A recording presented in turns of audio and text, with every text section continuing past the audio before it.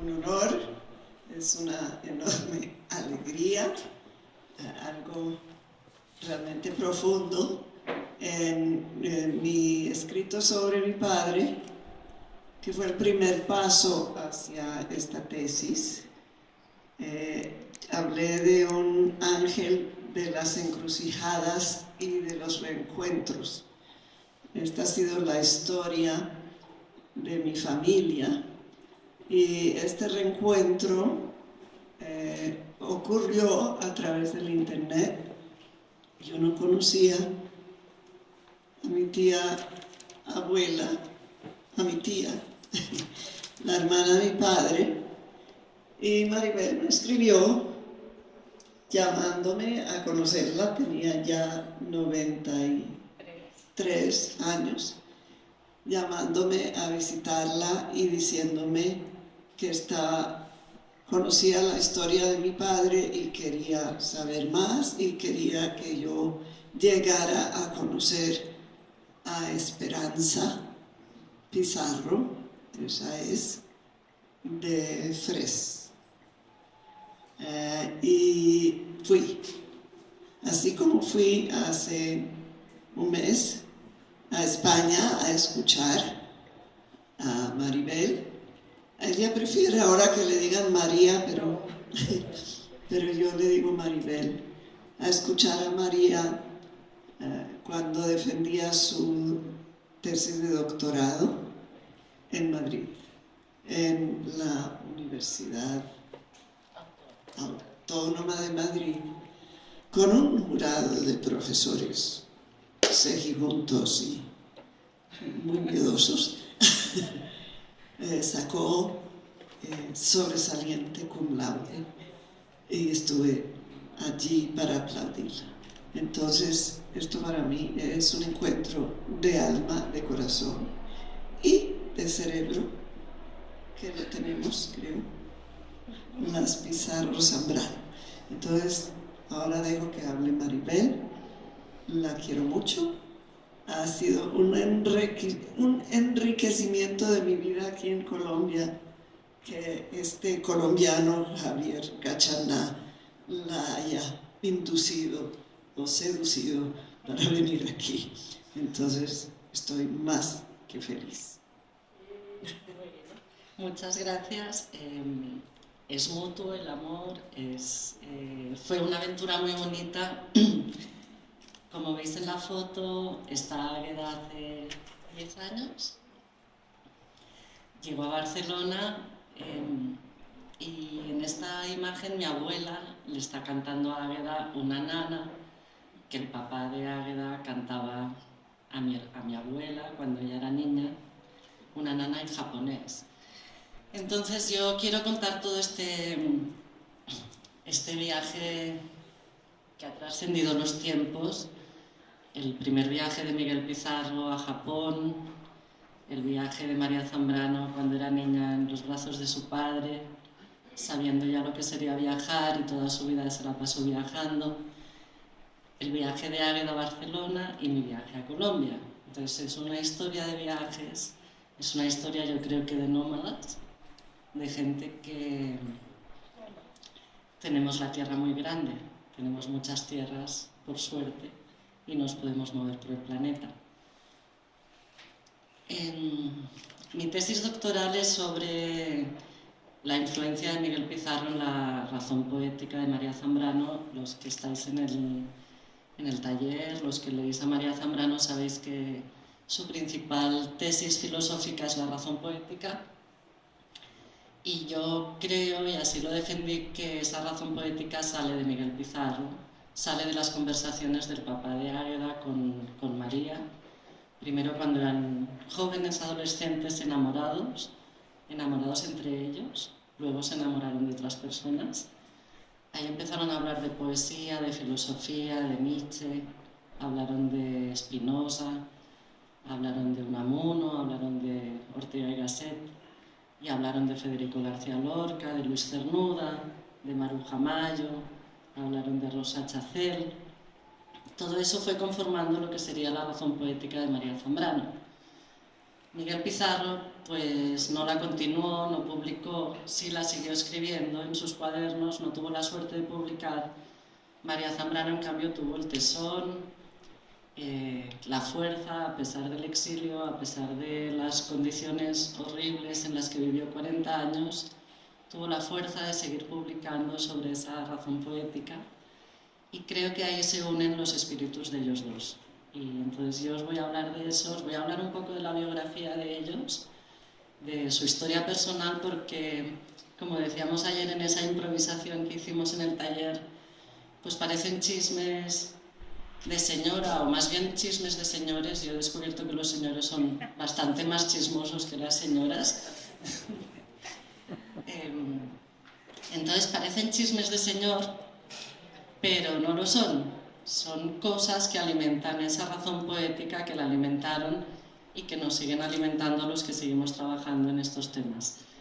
Ayer me preguntaban si María Zambrano tenía influencia en España. Sí, tiene mucha influencia, y más allá de España, tiene influencia en Europa. Aquí en Colombia, por ejemplo, hay un zambraniano bien joven y bien bueno trabajando en María Zambrano. En México hay mucha gente trabajando en María Zambrano, en Cuba hay gente trabajando en María Zambrano. Entonces ella sí tiene mucha difusión, su pensamiento es muy estudiado, y espero que sea más que estudiado, continuado. Entonces os presento, a los que no conozcáis, a María Zambrano. En esta imagen ella está muy joven, tiene 33 años, está en Chile, ya es su primer exilio. Durante la Guerra Civil la casaron, también me preguntaron ayer, la casaron con un cónsul, Rodríguez Aldave, para sacarla de España, y se fue para Chile. Y a ella no le gustó mucho estar lejos de la Guerra Civil, aunque parezca una contradicción. Cuando regresó a España, al cabo de pocos meses de estar en Chile, le preguntaron ¿por qué has vuelto? Y ella dijo, no, le preguntaron ¿por qué has vuelto si la guerra está perdida? La Guerra Civil Española. Y ella dijo, justamente por eso, porque la guerra está perdida. Esta es María Zambrano, ahí está su fuerza de casi muy española, muy andaluza. Hay más gente en esa imagen. Y aquí está Miguel Pizarro, muy jovencito, en un viaje que hizo a Londres con su amigo Gallego Burini. Creo que por el año 33. Él viajaba, vivió en Japón, estaba en Rumanía y volvía a España muchas veces. Y en uno de esos viajes se fue a Londres con su amigo Gallego Burín. Estaban muy divertidos en esa foto los dos. Yo corté al amigo pues porque este señor se convirtió en un alcalde franquista y dejó de ser amigo. Así que, bueno, ahí está Miguel Pizarro. ¿Todos sabéis la historia de Miguel Pizarro? ¿La biografía? ¿O doy unos...? ¿No?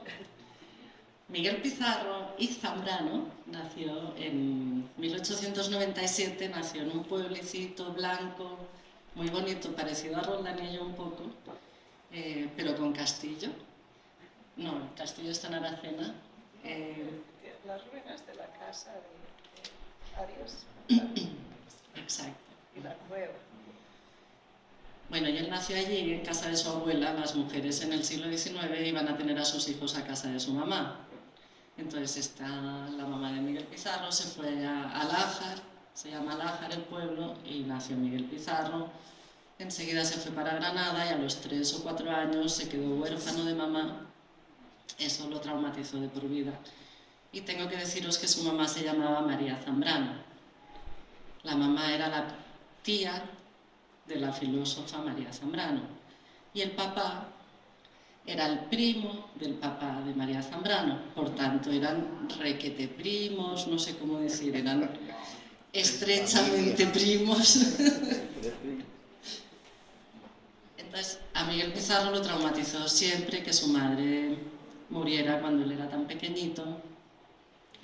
Y el papá se volvió a casar con otra mujer y tuvo 3 3 hijos más, entre ellos mi abuela. Él nació en el 97, María Zambrano nació en 1904, en un pueblo cerca, en Andalucía también. Ella nació en Vélez, Málaga, un pueblo de costa muy bonito también, con un mar Mediterráneo muy bonito. Y se conocieron los primos, como nos conocemos todos con nuestros primos. A veces tardamos muchos años, pero en general la gente se conoce pronto. María era pequeña, Miguel Pizarro era un joven brillante, como dice María Zambrano, era un estudiante de filosofía, era amigo de Federico García Lorca, era un señor guapísimo, era un señor muy interesante, era un chico vital, y María Zambrano se enamoró de su primo. Y supongo que ahí sacó sus ardides, sus mañas, y enamoró también al primo. Entonces los primos se enamoraron siendo tan y tan primos.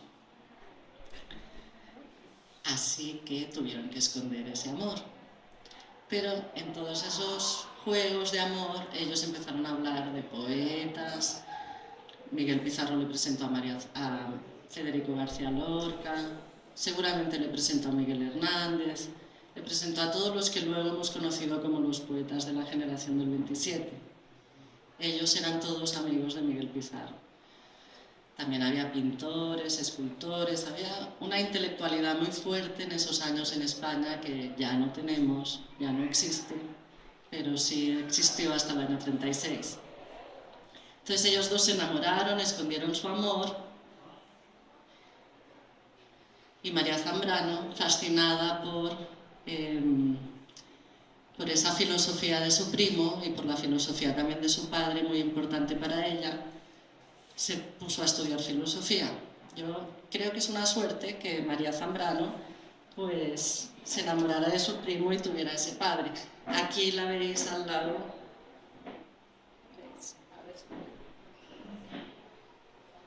Ella es María Zambrano, él es Ortega y Gasset. Esto es la Escuela de Madrid, lo que se llamó el pensamiento de la Escuela de Madrid. Es muy importante para Latinoamérica la Escuela de Madrid porque todo ese exilio se fue luego para México, para Argentina. Es la filosofía que vino a este lado del planeta. Entonces este señor Ortega y Gasset, que era tan liberal, siempre decía que él tenía 20 estudiantes en sus clases y 4 señoras. Entre ellas, una era María Zambrano. Aquí veis, yo creo que aquí salen como 3, 4 damitas, que diría mi esposo, 4 damitas, y el resto señores. Ahí está Zubiri, ahí está gente muy importante para la filosofía, para el pensamiento español y luego para el pensamiento latinoamericano. Zubiri yo creo que es el que está detrás de Ortega y Gasset. Zubiri era un señor que era jesuita, era un filósofo muy importante jesuita, colgó los hábitos, pero no por sus estudiantes, sino por otra señora, creo que por la hija de Ortega y Gasset. Pero María Zambrano cuenta que cuando iba a las clases de Zubiri, ella y todas las 4 damas que había estudiando filosofía estaban en primera fila mirando a Zubiri, enamoradas totalmente de ese hombre, aunque era jesuita, pero todos tenemos defectos en la vida. Bueno, ¿y entonces qué pasó? Pues que los pillaron. Los padres supieron que ellos dos estaban teniendo una relación amorosa. Ella tenía 18, 19, ¿tú cuántos años tienes? Pues a tu edad se enamoró María Zambrano del papá de Águeda. Y entonces sucedió que los padres, gente tan libre pensadora, tan modernos, tan adecuados a sus tiempos de años 20, vieron que esos dos tenían algo, que ahí había tema, que decimos en España, y prohibieron esa relación. Y como ese Papa de Águeda, el Papa de Águeda, no decidió nada más y nada menos que irse a vivir a Japón, tomó un barco y se fue, y aquí lo podéis ver, muy joven, entre sus estudiantes japoneses, en el año 23 o 24, muy joven, ese profesor que fue el primer profesor de español en Japón, en la universidad de Osaka, y él mismo transmitiendo toda esa cultura española, toda esa forma de enseñar que había en esos años en España, esa forma de enseñar de la escuela libre de enseñanza, de la residencia de estudiantes, esa cosa liberal que estaba hirviendo en España en esa época. Él llevó eso a España y hay todavía alumnos de Miguel Pizarro en Japón que recuerdan eso, y eso es muy bonito. Él dejó su semilla en Japón, esperemos que solo la semilla intelectual y que no hubiera también semilla genética. Una hermanita por ahí. Pero además de intelectual, Miguel Pizarro era un poeta como su hija y como su amigo Federico García Lorca. Y entonces él llegó a Japón y descubrió pues que en Japón no tienen la misma percepción de la belleza que tenemos en Occidente. En Japón toda la belleza se explica de una forma muy distinta, y para Miguel Pizarro eso debía ser una cosa extraordinaria. Para nosotros la belleza proviene del principio griego, que es que la belleza es buena, que lo bueno es bello. Eso se ha mantenido siempre. Nosotros, si pensamos, pues aquí estamos rodeados de cuadros, de pinturas. Si pensamos en la belleza, siempre nos imaginamos que eso nos lleva a la bondad. Esa belleza es buena, esa belleza nos hace mejor, esa belleza surge de lo mejor de cada uno. En Japón no es así. La belleza surge de cosas que a nosotros nos parecen muy tristes, como la soledad, lo que languidece, lo que envejece. Por ejemplo, las mujeres en el siglo XIX, las mujeres japonesas, se pintaban los dientes de negro para ser más bellas. Nos parece horroroso, es una cosa horrible, ¿no? Una persona con toda la boca negra, los dientes negros, nos parece lo más feo que podamos imaginar. Para los japoneses eso es bello. Era bello en ese concepto de belleza. Ahora todo es neoliberal, pero estamos hablando del siglo XX, del siglo XIX. Y hay tres elementos básicos en la cultura japonesa que influenciaron mucho a Miguel Pizarro e influenciaron mucho a María Zambrano. Mucho. Los expertos en Zambrano han dicho que es el budismo lo que ha influenciado a María Zambrano de la estancia de Pizarro en Japón. Pues yo creo que no es eso, es la estética, la forma de escribir poesía, la forma de imaginar el mundo y de representarse el mundo de los japoneses. La primera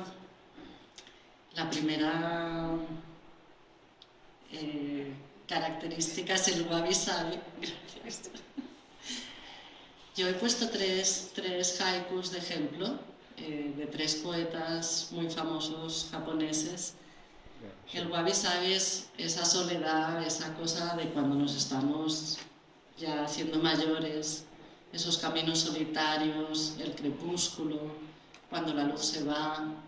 Eso para los japoneses es muy bello, ese silencio donde uno ya no cuenta para nada, lo que cuenta es la naturaleza, el entorno, uno se desaparece, se difumina, como ayer hablaba con Edgar. El primer haiku es de Basho, dice: este camino ya nadie lo recorre salvo el crepúsculo. Todos podemos imaginar ahí un camino que vemos en la lejanía. Estamos en un sitio donde no hay coches, no hay gente, no hay ruido, solo hay naturaleza, solo hay un camino. Ni siquiera hay nada espectacular, no hay un pájaro que cante, no, nada. Es lo que vemos todos los días, esa soledad que tenemos muchos días todos. Eso transmite este concepto del wabi-sabi, muy, muy importante para la cultura japonesa.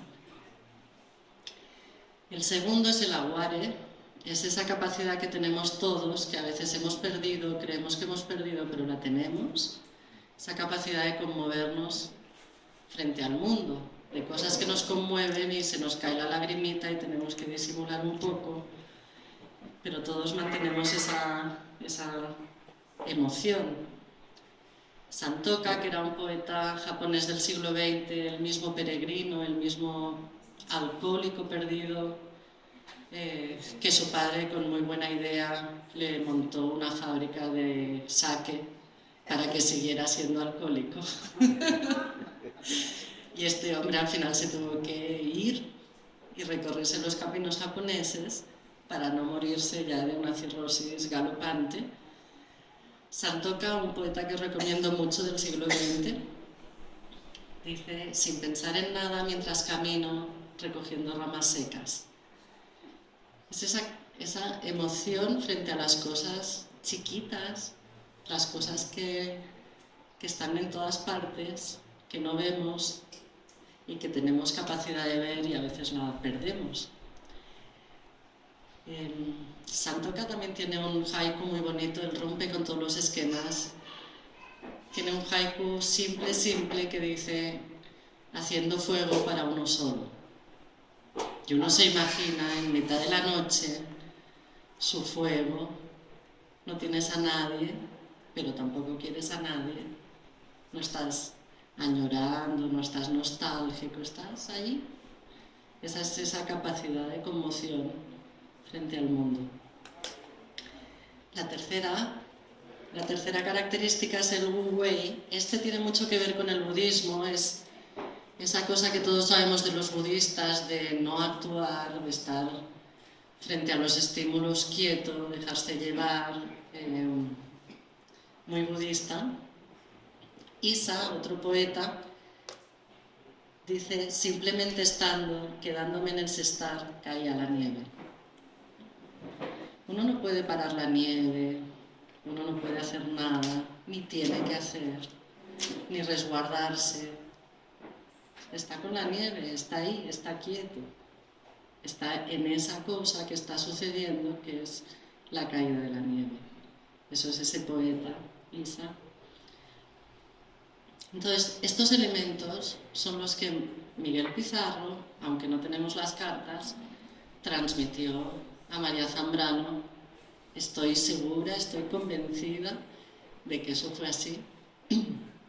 Y eso es lo que llevó a la razón poética. Si los que conocéis la razón poética, si pensáis en ella, eso es la razón poética.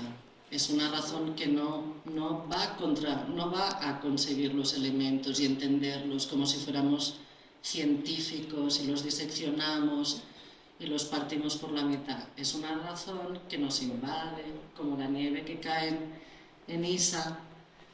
Es una razón que nos conmueve, nos llega. Es una forma de pensar que nos llega. ¿Es tan parecido a la poesía eso? Los que sois poetas, los que escribís, los que tenéis sensibilidad, ¿sabéis qué es eso? Es algo que nos conmueve y que no podemos frenar.